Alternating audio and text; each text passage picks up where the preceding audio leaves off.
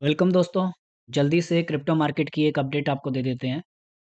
Bitcoin का price चल रहा है 42,700। अभी कुछ देर पहले ही मैंने एक ट्वीट किया था, 42,800 बिटकॉइन का प्राइस था। और जो ग्रीड लेवल है पहले से कम हो गया है। अब देखिए 61 पर आ गया है, जो कि 68 के आसपास चला गया था जब आपका ETF का डे था। रिसेंटली ETF अप्रूव होने के बाद हर कोई बुलिश हो गया था। यानी कि उस दिन भी हम ये सोच रहे थे कि क्या डिसीजन होगा।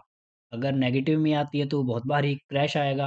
अगर मार्केट पॉजिटिव होती है या ETF अप्रूव हो जाता है तो भाई बुलिश हो जाएंगे सारे।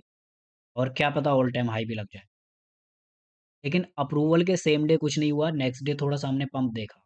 वो चला गया था 49,000 के आसपास। लेकिन आज क्या है, 49,000 से वो सीधा 41 पर आया और नाउ 42.8, यानी कि 42,800 के आसपास वो ट्रैवल कर रहा है। लेकिन गौर करने की बात मार्केट में ये है कि वॉल्यूम अभी भी है। चाहे वो डिक्लाइन आया प्राइस के अंदर, लेकिन बिटकॉइन के अंदर अच्छी वॉल्यूम है, वो हाई वॉलेटिलिटी एरिया के अंदर। यानी कि ये डिसीजन वाला टाइम हो सकता है कि इस टाइम पर एक डिक्लाइन मिल जाए हमें, एक वापस वो रिकवरी कर जाए। दोनों चीज़ें हो सकती हैं। बट मार्केट को हम कैसे एनालाइज करते हैं? प्रिडिक्शन तो नहीं कर सकते कि क्या होगा। हमें नहीं पता, किसी को भी नहीं पता क्या होगा। लेकिन एनालाइज करके देखेंगे कि क्या क्या हो सकता है। जो बिटकॉइन का डोमिनेंस है वो 55 से 51 आ गया, यानी कि 4% जो वैल्यू है मार्केट की, जो बिटकॉइन होल्ड करता था, वो चली गई ऑल्ट कॉइन के पास। तो ऑल्ट कॉइन ने क्या गेन दिया? नहीं, क्योंकि मार्केट डिक्लाइन हो रही थी, नीचे की तरफ आ रही थी। तो फिर ऑल्ट कॉइन भी ज़्यादा परफॉर्म नहीं कर पाए। बट यहाँ पर आज ये देख रहे हैं हम, इकोसिस्टम वाइज ट्रेंड चल रहा है। कभी कॉस्मोस इकोसिस्टम बहुत बढ़िया करता है, कभी सोलाना इकोसिस्टम करता है। और डेली के डेली सोलाना पर तो बहुत सारे नए मेम कॉइन्स आते हैं जो 20x भी हो जाते हैं। लेकिन वो रग पुल भी हो सकते हैं। मेम कॉइन्स में ट्रेड करना फ़ायदेमंद भी है, लेकिन वो एक गैम्बलिंग के बराबर है। आपको नहीं पता कि नेक्स्ट डे क्या होगा। एनीवे, आगे देखते हैं। 51% डोमिनेंस अभी है। पिछले 3 महीने से मार्केट अच्छे ट्रेंड के अंदर है।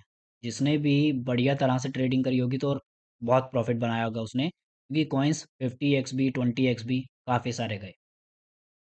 अब न्यू ट्रेंड जो मार्केट के अंदर चल रहे हैं वो एआई का चल गया, क्योंकि आज एआई का कोई भी कॉइन ऐसे बॉटम पर नहीं है। सारे ही जो प्रीमियम टाइप के कॉइन थे वो 2-3x ऊपर चल रहे हैं।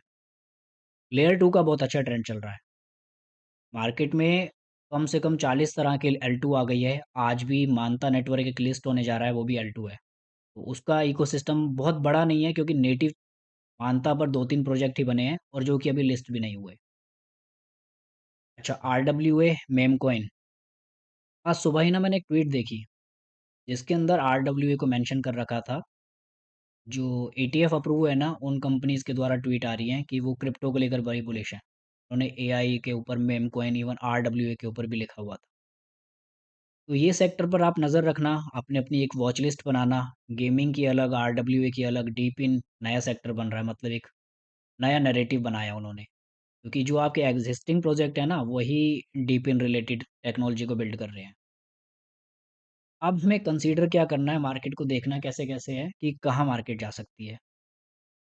अगर यहाँ से मार्केट टूटती है तो ये देखो कि बहुत सारे ऑल्ट कॉइन अपना नया लो बना देंगे। क्यों? क्योंकि काफ़ी कॉइन्स पर मैं नज़र रख के बैठा हूँ, इवन लो कैप, आपके मिड कैप जो परफॉर्म नहीं कर पाए, वो सिर्फ 50% ही ऊपर है। अपने बॉटम प्राइस से 50% ही ऊपर है। अगर हमें फर्दर 1 मंथ भी मार्केट डाउन ट्रेंड के अंदर मिल जाती है तो उनका नया लो लग जाएगा। इसमें कोई घबराने की बात नहीं है, ऐसा हो जाता है। लेकिन अगर हमें बुल सीज़न चाहिए ना, तो बीटीसी को दोबारा से रैली करनी पड़ेगी। ऐसा क्यों करना है? क्योंकि 2 कंडीशन होती हैं। अगर बिटकॉइन के अंदर से वॉल्यूम गायब हो जाए और वो स्टेबल हो जाए, स्टेबल का मतलब एक रेंज बाउंड एरिया में हो जाए और उसमें से वॉल्यूम कम हो जाए, तो वो वॉल्यूम चली जाती है ऑल्ट कॉइन के अंदर और वो बुलिश हो जाते हैं। उस टाइम पर बीटीसी का डोमिनेंस गिरता रहता है और ऑल्ट सीज़न चलता रहता है। ये बहुत लंबे टाइम तक नहीं होता, ये 1-2 हफ्ते का ही ट्रेंड होता है अगर देखा जाए तो। तो इस टाइम पर वॉल्यूम ज़्यादा है, इसलिए मैं साइडवेज़ की बात नहीं कर रहा। अगर बीटीसी में वॉल्यूम ज़्यादा है ना, तो वो कुछ काम करेगा या अपसाइड की तरफ या डाउनसाइड की तरफ। तो अगर वो यहाँ से रैली करता है तो आपका जो ऑल्ट सीज़न चल रहा था वो कंटिन्यू रहेगा। अब इसको हम दूसरी तरह से देखें कि डोमिनेंस के हिसाब से कैसे इम्पैक्ट पड़ता है मार्केट। अगर डोमिनेंस डिक्लाइन होता है, अगर यहाँ से डोमिनेंस जैसे 55 से 51 आ गया, तो क्या पता वो आने वाले दिनों में 48 आ जाए या 47 आ जाए। ऐसी सिचुएशन में आपका ओल्ड सीज़न कंटिन्यू रहेगा और मैं पर्सनली मेन फ़ोकस करूँगा लो कैप और मिड कैप के ऊपर यहाँ।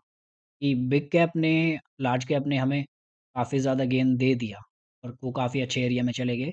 लेकिन जो करेक्शन होने के बाद सबसे ज़्यादा टूटे हैं ना, वो आपके लो और मिड कैप टूटे हैं।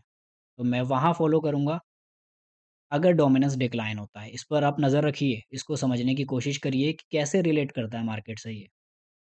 दूसरी सिचुएशन ये हो गई बीटीसी डोमिनेंस राइज़। अगर बिटकॉइन का डोमिनेंस बढ़ता है, जैसे 51 से लेकर वो 52-3 जाता है और बीटीसी का प्राइस जो है रेंज बाउंड एरिया के अंदर है, यानी कि 45 के आसपास रहेगी, यानी कि 45,000, 42,000, 41,000 इसी एरिया के बीच में है और डोमिनेंस तेज़ी से बढ़ रहा है, वहाँ पर आपके ओल्ड कॉइन्स करेक्शन लेंगे अच्छा वाला।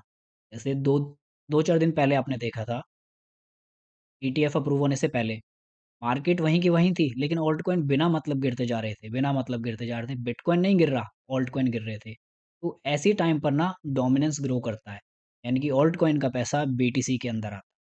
तो ये कुछ सिचुएशन मार्केट की बन सकती हैं। साथ ही मैंने 2 दिन पहले एक ट्वीट किया, "I noticed how some traders get comfortable holding" कि कुछ ट्रेडर ना बड़ा अच्छा फ़ील करते हैं जब मार्केट गिर रही होती है और उनका पोर्टफोलियो भी गिर रहा होता है, तब उनको परेशानी नहीं होती। यानी कि उनको आदत हो गई है ड्रॉप लेने की। रीज़न क्या होता है? ये एक साइकोलॉजिकल पैटर्न है हमारा कि हम 3 साल तक एक बियर मार्केट देखते हैं। तो हमारी आदत हो जाती है, भाई लेके बैठे रहो चाहे कितना भी गिर जाए, जब बढ़ेगा तो बेच देंगे, ऐसा सोचते हैं। लेकिन वो ना 50% अपना पोर्टफोलियो डुबा देंगे, 50% का ग्रोथ नहीं ले पाते। जैसे ही उनका कॉइन अपने प्राइस पर पहुँचता है जहाँ से उन्होंने लिया, तो वो होपलेस हो जाते हैं कि क्या किया जाए। मतलब वो अपनी एग्ज़ैक्ट होल्डिंग नहीं कर पाते। सभी के साथ होता है। ऐसा मत सोचना ये चीज़ आपके साथ है। ये सभी के साथ होती है।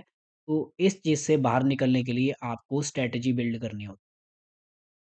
ठीक है? ये मेरे साथ भी होता है, आपके साथ भी होता है, सभी के साथ होता है। ये एक ट्रेडिंग यानी कि जिसमें इमोशंस हैं, हम आदमी हैं, इंसान हैं, इमोशंस हैं। तो ये इमोशंस के कारण होता है कि ड्रॉप तो हम एक लंबा ले लेंगे, लेकिन ग्रोथ लंबी नहीं ले पाते। तो इमोशंस को कंट्रोल करने का एक ही तरीका है, अपनी एक ऐसी स्ट्रैटेजी बिल्ड करो और अपने रूल्स बनाइए। भाइयों, अगर वीडियो अच्छी लगी है तो लाइक करना, सब्सक्राइब करना, हाँ ट्विटर पर ज़रूर फॉलो करना और आपके लिए एक टेलीग्राम चैनल भी है मेरा,